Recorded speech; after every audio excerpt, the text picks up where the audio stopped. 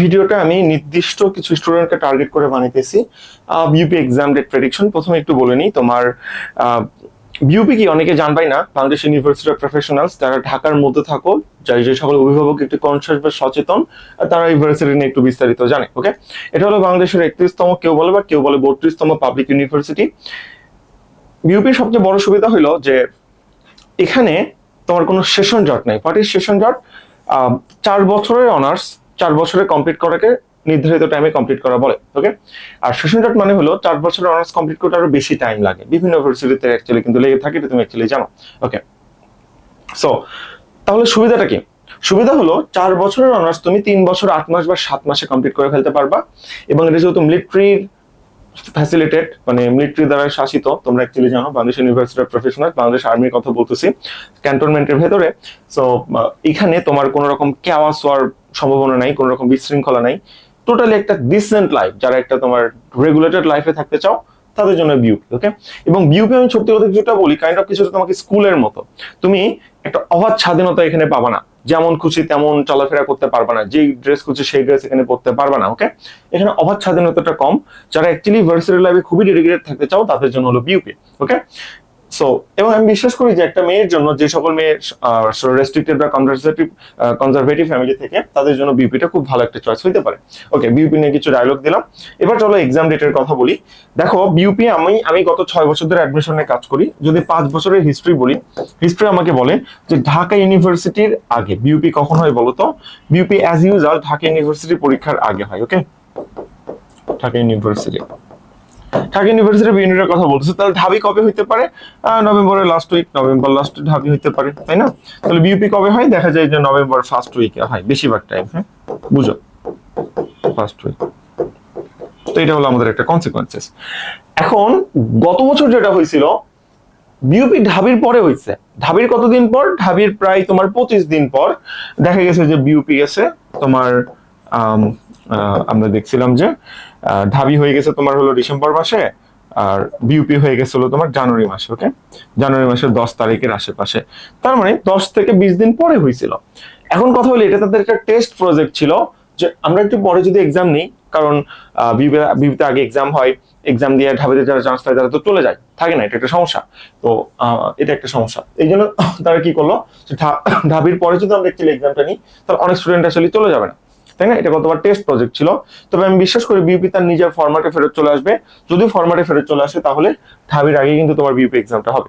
ওকে, এখন ঢাবির আগে যদি হয়, কনসিকোয়েন্সটা বুঝো।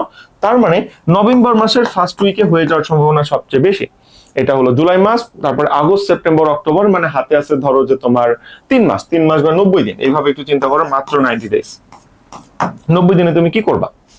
যদি এখন থেকে প্রিপারেশন শুরু না করো, কি করবা? তারপর তুমি জানো বিউপির জিকে, হ্যাঁ, জিকে কিন্তু আবার ইভিতে আসে, মানে ইংলিশ ভার্সনে আসে। এটা আমি ভয় দেখাইতেছি না, তুমি যদি বাংলা ভার্সন জিকে পারো, অটোমেটিক্যালি ইংলিশ ভার্সন পারবা। এটা খুব কঠিন কোনো কিছু না। যেমন আমাদের যে ফাউন্ডেশন ডেসক্রিপশন বক্সের ডিটেইলস তুমি দেখতে পারবা। এখানে কিন্তু আমরা জিকে তোমাদের ইংলিশ ভার্সনে ক্লাস নিব, তোমাদের মডেল টেস্ট পরীক্ষাও কিন্তু ইংলিশ ভার্সনেই নেওয়া হবে। অর্থাৎ এটা নিয়ে কোনো চিন্তা নাই। যদি আমাদের ডেডিকেটেড প্রতি 5 বছর ধরে যে বিউপি নিয়ে আমরা কাজ করতেছি, ডেডিকেটেড ব্যাচে যদি ভর্তি হও, তাহলে এটা তোমার অ্যাকচুয়ালি চিন্তা করতে হবে না। তো এতটুকু আমার দিক থেকে ছিল হলো তোমার বিউপি এক্সাম ডেট প্রেডিকশন। এখন দুই একটা সাজেশন দিই, যেহেতু ভিডিও করতেছি। সাজেশন হলো বিউপি অ্যাকচুয়ালি ঢাবি প্রিপারেশন, তোমরা ঢাবি প্রিপারেশন একদম ফাড়ায় নাও। ঢাবিতে ফার্স্ট পার্ট থেকে কোশ্চেন আসে, সো ওই প্রিপারেশন তুমি একটু ফাড়ায় নাও, তাহলে আমি বিশ্বাস করি যে এই ভার্সিটিও মোটামুটি সব কমপ্লিট হয়ে যাবে। এক্সট্রা করে শুধু জিকেটা ইংলিশ ভার্সনে পড়তে হয়। এবং আরেকটা কথা হলো কোশ্চেন ব্যাংক। হ্যাঁ, এই বিউপিতে তোমার ঢাকা ভার্সিটি এবং বিসিএস কোশ্চেন ব্যাংক থেকে কোশ্চেন রিপিট হয়, খুব রিপিট হয়। কখন রিপিট হয়? হয় এফ এ ডাবল এস রিপিট হবে, অথবা এফ ট্রিপল এস রিপিট হবে। কোথায় রিপিট হবে বলা মুশকিল, but F A double S হতে পারে বা এফ ট্রিপল এস হতে পারে, দুটোর মধ্যে এক জায়গায় রিপিট হবে। এটা আমি তোমাকে হলপ করে বলতেই পারি। আমি কি তোমাকে বুঝাতে পারতেছি? Okay, that's all about the consequences. এবং আমাদের যে ঢাকা ভার্সিটি কোর্সটা, হ্যাঁ, এটাতে ভর্তি হলে বিউপি কিন্তু তোমার অটোমেটিক্যালি হয়ে যাবে। কিন্তু তুমি যদি মনে করো যে না, আমি শুধু বিউপির জন্য ডেডিকেটেড প্রিপারেশন নিতে চাই, তাহলে আমি তোমাকে সহজ ভাষায় বলে দিই, আমাদের যে বিউপি ব্যাচটা দেখাও এখানে আছে। আচ্ছা, যাই হোক, বিউপি ব্যাচের এখানে ডেসক্রিপশনটা দেখা যাচ্ছে না, আমরা এখানে লিখে দেওয়া যাচ্ছে না, আমরা ডেসক্রিপশন ব্যাচে দিয়ে রাখছি। হ্যাঁ, তো যেটা বলতে চাচ্ছিলাম, যদি বিউপি ব্যাচে হতে চাও, বিউপির জন্য জাস্ট যতটুকু প্রয়োজন, ধরো বিউপিতে সমাস আসে না, আমরা কিন্তু ওই ব্যাচে সমাস পড়াবো না। তুমি আমাকে বলতে পারো না, ভাই আপনি সমাস কেন পড়ালেন না, রাইট? এটা বলার তোমার কোনো রাইট নাই, কারণ বিউপি ফাউন্ডেশন ব্যাচ মানে ওটার জন্য যতটুকু প্রয়োজন, এর বাইরে আমরা কোথাও যাবো না বা কোনো দিকে যাবো না। আমি তোকে বুঝাতে পারছি? ওকে। আর এগুলো ব্যাচে ভর্তি হলে ফাউন্ডেশন যেগুলো আমরা সব তোমাকে কমপ্লিট করে বলে দিব, দেখো এই জিনিসটা তোমার রাবির জন্য বা বিউপির জন্য বা চবির জন্য বা ঢাবির জন্য দরকার নেই, তুমি পড়ো না। এবং এগুলো ব্যাচে ভর্তি হলে তুমি সবগুলোর অ্যাক্সেস কিন্তু পেয়ে যাবা। দুটো কথা তোমরা জানো যে এই যে আমাদের ব্যাচে ভর্তি হইলে বই কিন্তু তোমাদের পাঠিয়ে দেওয়া হয়, 3টা বই তোমাদের বাসায় কুরিয়ার করে পাঠাইতে হবে। যতটুকু প্রয়োজন এখানে ততটুকু আছে, এখানে গার্বেজ বা কোনো ফালতু জিনিস আমরা রাখি নাই, ঠিক যতটুকু প্রয়োজন আমরা শুধুমাত্র এখানে ততটুকুই রাখছি। ক্লিয়ার? ওকে।